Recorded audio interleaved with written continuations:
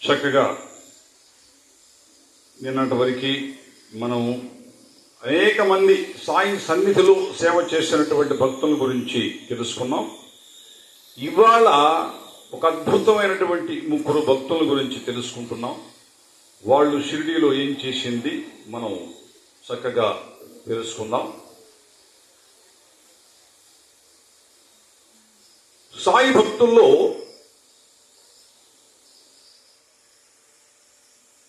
హరివినాయక సారే అని ఒకతను ఉండేవాడు.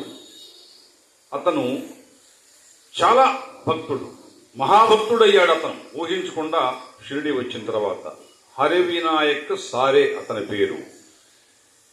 అయితే అతను ఒకసారి మామూలుగా వ్యాపారం చేసుకుంటూ ఉన్నాడు, బాగానే కలిసి వచ్చింది, ఆర్థికంగా బాగా సంపాదించుకున్నాడు.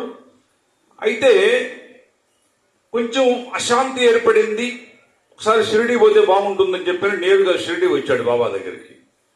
ఎవరైనా అదే కదా ఇప్పుడు కోరుకుంటుంది, మనశ్శాంతి.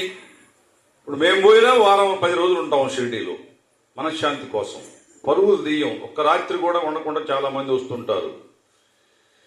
అలా చేయకూడదు. సాయి సన్నిధికి వెళ్ళినప్పుడు కనీసం 1-2 రాత్రులన్నా అక్కడ గడిపితే కొన్ని సమస్యలు తొలగిపోతాయి.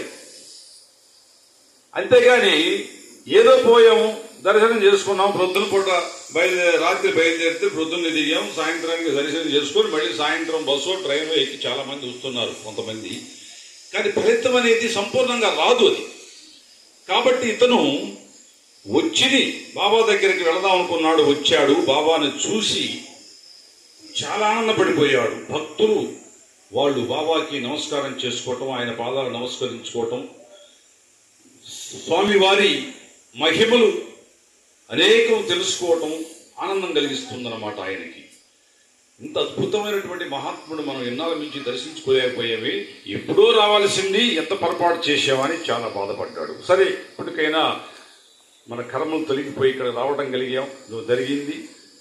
ఆర్థికంగా నేను ఎంతో సంపాదించుకున్నాను, మనశ్శాంతి లేకుండా పోయింది, ఇప్పుడు నాకు హాయిగా ఉంది, ఈ వారం రోజుల నుంచి సాయి సన్నిధిలో గడుపుతూ ఉంటే అని చెప్పని ఎంతో ఆనందపడిపోయాడు.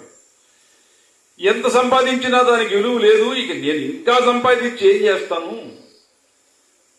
పిల్లలు చదివించారు, పెద్దవాళ్ళు అయ్యారు, వాళ్ళు సెటిల్ అయిపోయారు, ఇక వాళ్ళ బాధ్యత వాళ్ళది, వాళ్ళు సంపాదించుకుంటారు, వాళ్ళు బతుకుతారు, మనం వాళ్ళకి ఇంకా సంపాదించేదేంది?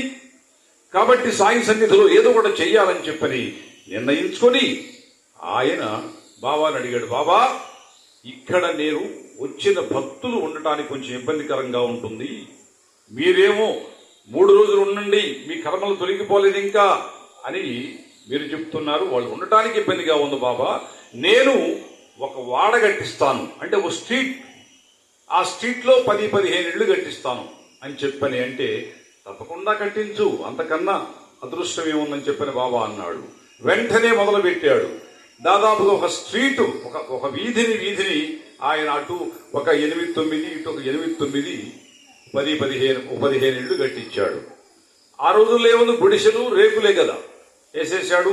ఇక భక్తులు చక్కగా హాయిగా ప్రశాంతంగా అక్కడ ఉండటం, చక్కగా భోజనాలు భక్తులు ఎవరో ఒకరు తీసుకొచ్చి పెడుతూ ఉన్నారు, ఏ ఇబ్బంది లేకుండా సాయి సన్నిధిలో గడిచిపోతూ ఉందన్నమాట. ఆ విధంగా ఆయన చాలా రోజులు ఉండి, ఇక బాబా నేను ఇంటికి పోను, నాకు అవసరం లేదు, ఇక నీ సన్నిధిలోనే గడుపుతాను బాబా, నా జీవితాంతం నువ్వు సేవ చేసుకుంటూ ఉంటానంటే అంతకన్నా అదృష్టం ఏముందయ్యా, ఇక్కడే ఉండు, నువ్వు కూడా సేవలు చేసుకుంటుండు, ఎందుకన్నా నువ్వు చేసినటువంటి మహత్తరమైన పని అయ్యా, ఒక వీధి కట్టించావంటే ఇంతవరకు ఎవరు కట్టించలేదు, ఆ పుణ్యం నీకు దక్కింది, ఎంతో మంది నీ పేరు చెప్పుకొని సంతోషంగా ఉన్నారు ఇవాళ అని చెప్పిన బాబా కూడా ఆయన్ని ఆశీర్వదించి దీవించాడు. కాబట్టి అతను ఎంతో ఆనందపడిపోయి ఆ విధంగా ఎంతో మంది భక్తులు ఆయన షిరిడి వచ్చిన వాళ్ళ సంతోషంగా ఉండటం చేస్తూ ఉన్నారు. కాబట్టి మనము కూడా ఏదో ఒకటి చెయ్యాలి, చేస్తేనే పుణ్యం. ఆయనలాగా దానికి సారేవాడ అని పేరు పెట్టాడు. ఇప్పుడు అసలు ఆ సారేవాడని ఇప్పుడు లేదులే, తీసేశారు, అది మొత్తం ఇప్పుడు డెవలప్ అయింది కాబట్టి తీసేశారు. అప్పుడు దాదాపు 40-50 ఏళ్ళు ఆ వీధిలో ఎంతో మంది ఉన్నారు భక్తులు ఆ రోజుల్లో. అదొక అదృష్టంగా అలా మనము అయితే అందరికీ ప్రాప్తం ఉండదు, కొంతమందికే ప్రాప్తం ఉంటుంది. ఆయనకి అవకాశం భగవంతుడు ఇచ్చాడు. అది అందరికీ ఇవ్వలేం. కోట్లు సంపాదించిన వాళ్ళు కూడా ఉంటారు, కానీ కొంతమంది రూపాయలు కూడా తీయరు. అంటే అది వాళ్ళ తత్వం, అది మనం ఏం చేయలేం. కొంతమంది ఏమీ లేకపోయినా ఉన్నదేదో పావలా వేడ దాన ధర్మాలు చేస్తుంటారు, మంచి పనులకి మనకున్న దాంట్లో చేద్దామని చెప్పని. వాళ్ళకి ఆర్థికంగా ఎదుగుతూనే ఉంటారు. వాళ్ళు పిసనారితనంగా ఉంటే రూపాయి కూడా మనం ఏమి రాదు అది మళ్ళీ.